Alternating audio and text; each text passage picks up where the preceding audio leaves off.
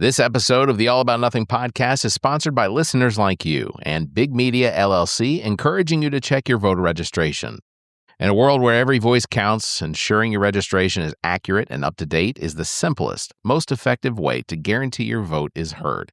Don't leave your participation to chance. Take a moment today and verify your status and stay ready for the next election by visiting theallaboutnothing.com/voter.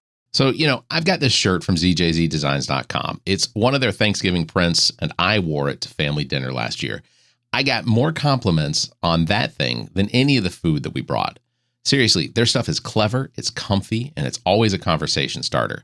Whether you're into spooky Halloween teas, patriotic vibes, or you just want something original that doesn't look like it came from a big box store, check them out. ZJZ Designs. They've got new prints all the time, and I guarantee you'll find one that fits your vibe. Check out ZJZDesigns.com. The Fireflies have taken the first two games from the Charleston Riverdogs, and the story so far has been Josh Hammond. Friday, Hammond went 3 for 4 in Columbia's 5-4 win over the Riverdogs, but Saturday, he really put a stamp on the game. Not in the throw.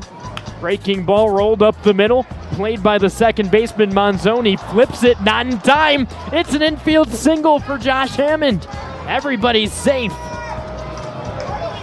Josh Hammond is the fourth Fireflies player to notch 5 hits in a game.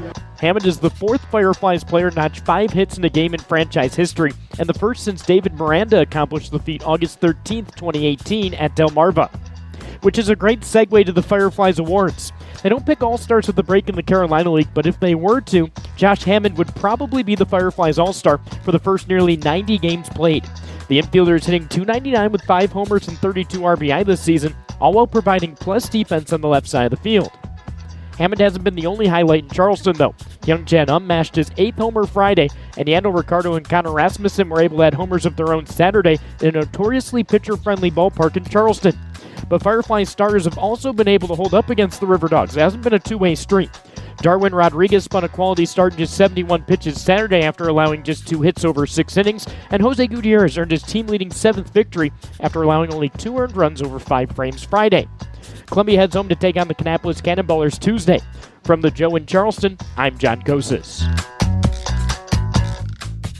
The preceding podcast is solely owned by the host or hosts and is distributed by Big Media LLC. Copyright 2026. Well, you've made it to the end. You survived the rambling, the tangents, and whatever nonsense we just subjected your ears to. Congratulations.